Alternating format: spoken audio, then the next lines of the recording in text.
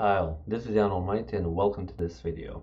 With this video I'm continuing with the Fischer story. In the last video I covered about Fischer, he was actually defending his title of the US champion, so he won second time in a row and for the second time in his life, which is a very great achievement all in itself, but Fischer personally didn't really felt happy with his life because essentially he didn't feel that he was on the level where he was supposed to be. So of course I'm referring to chess, and because of that he decided to leave school because his thinking was that school isn't really helping him in chess or in life in general. So all the studies that he did, or like everything he did related to school, didn't really help him, so he decided to leave it.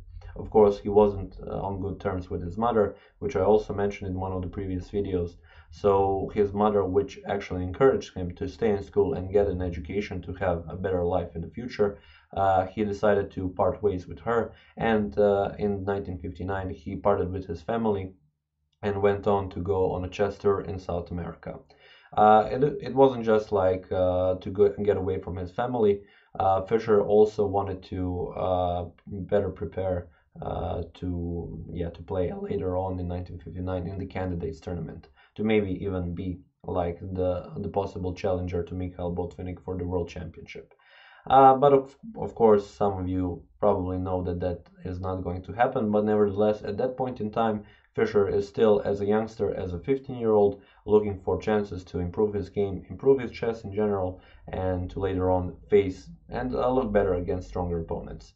And one of the first tournaments that he played actually in South America was the tournament in Mar del Plata, Argentina.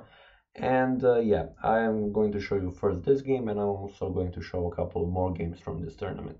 This game is also featured in Fischer's book, my 60 memorable games, and let's just see why does Fischer think this game is worthy of his book. So Fischer is black in this game.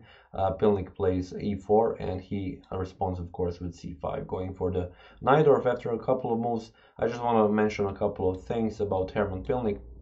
I guess just only one thing, that he was a German Argentine chess grandmaster. So of course a very good player playing on this strong tournament, and Fischer definitely has to sit on his chair quite a while before thinking of a plan to beat this guy. But okay, let's see what Pilnik actually has in store for Fischer. So after first couple of moves in the opening, and now a6, we see the Najdorf on the table.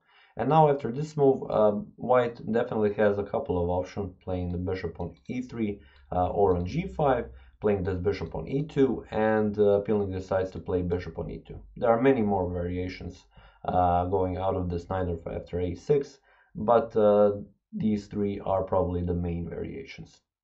And now, of course, e5 is the main line, knight to b3 and bishop to e7. Both players go castle, kingside, and now bishop to e3. So in the end, Pilnik decides to develop the bishop on e3. Maybe also possible was king to h1, preparing f4 immediately, with an idea after f4 also to play bishop to f3. After bishop to e3, we have bishop to e6, and now f3. Not really common for this variation, because usually what people play is king to h1 and then try to play f4. But the idea behind the f3 move is that you want to play your queen to d2 or e1.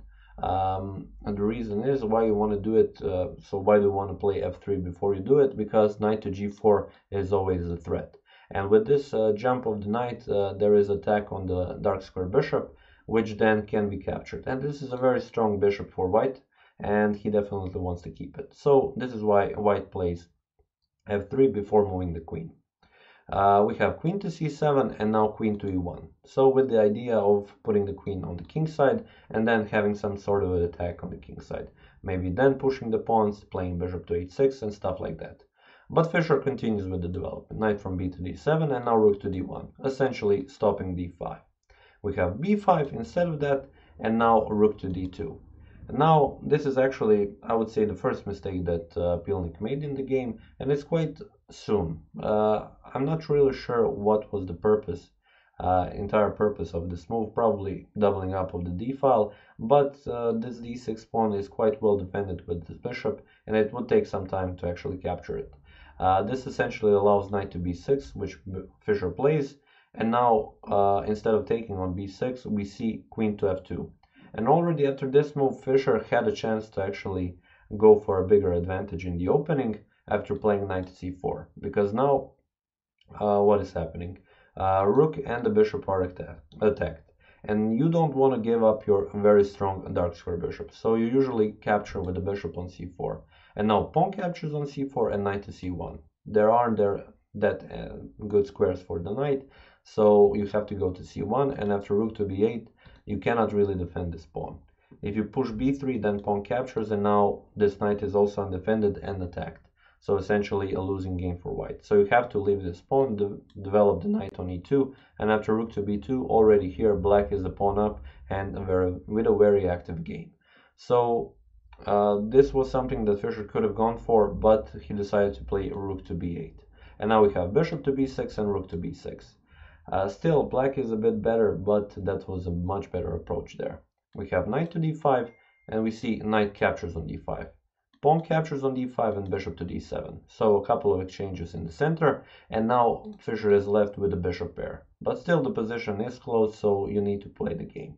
We have f4, so Pilnik wants to open up the position a little bit, and now bishop to f6.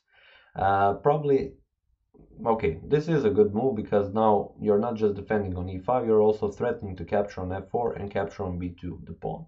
So c3 is played to stop that, and a rook from b to b8.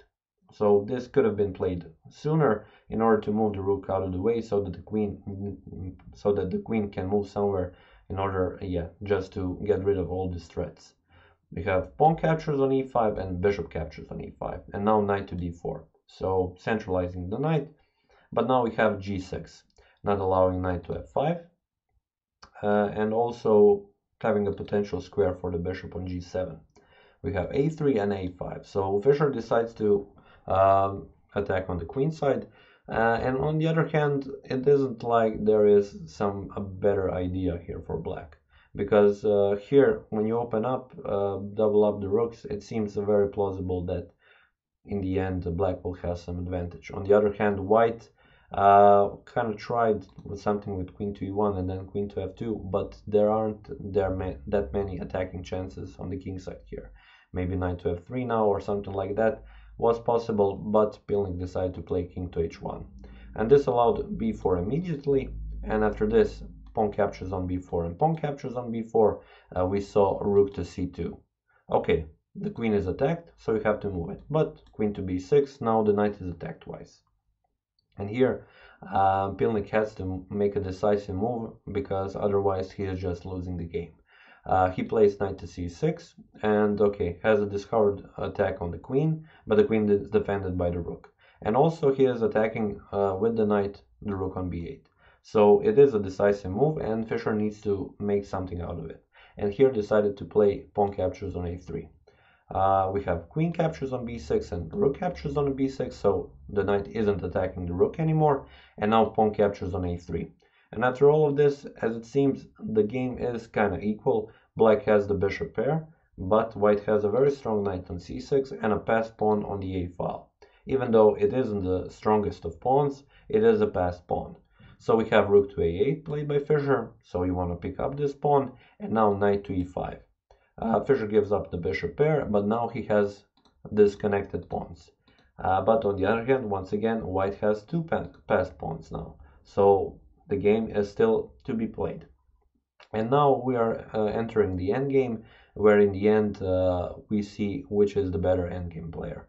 And Pilnik continues correctly. He first plays rook to c3, defending this pawn, but now immediately rook to b2 by Fischer. So putting the rook on the second rank in order to attack the bishop, and when the bishop moves, maybe have some ideas. Now we saw rook to c7.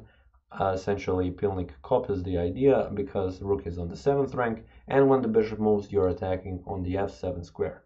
But Fischer plays it on f5 in order to block this rook on attacking the f7 square, and we have g4.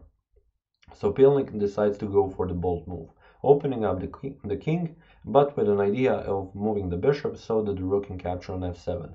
But Fischer has the antidote for this position. He plays bishop to e4 check, bishop to f3, and bishop to d3 now. So attacking the rook. There is no time to actually move the bishop and capture on f7, so you have to play something else. d6 was played. So if here Fischer continued with bishop to f1, bishop would capture on a8, and after you play something like rook to b1, king to g1, and move the bishop, king goes to f2. White is a bit better here because he has once again two passed pawns and one is already on d6. So this is why Fischer didn't go for this. He actually played rook to d8, which is the best move. So attacked the d6 passed pawn. So we saw rook to e1, rook to d6, and rook to e5. The pawns are exchanged, but Fischer did a better exchange because this pawn was the passed pawn on d6.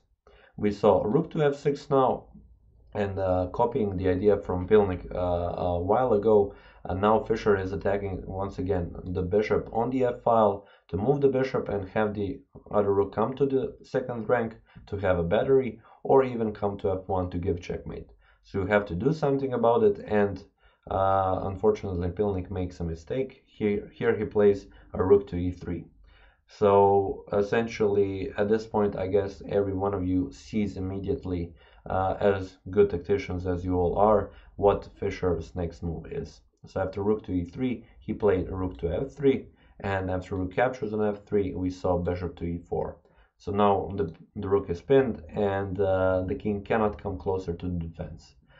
We saw rook captures on f7 now, but after rook to f2, which is actually the only move that brings victory to black, because if you attack from b3 then king to g2 defense, and in the end when you exchange everything, white has this passed a pawn.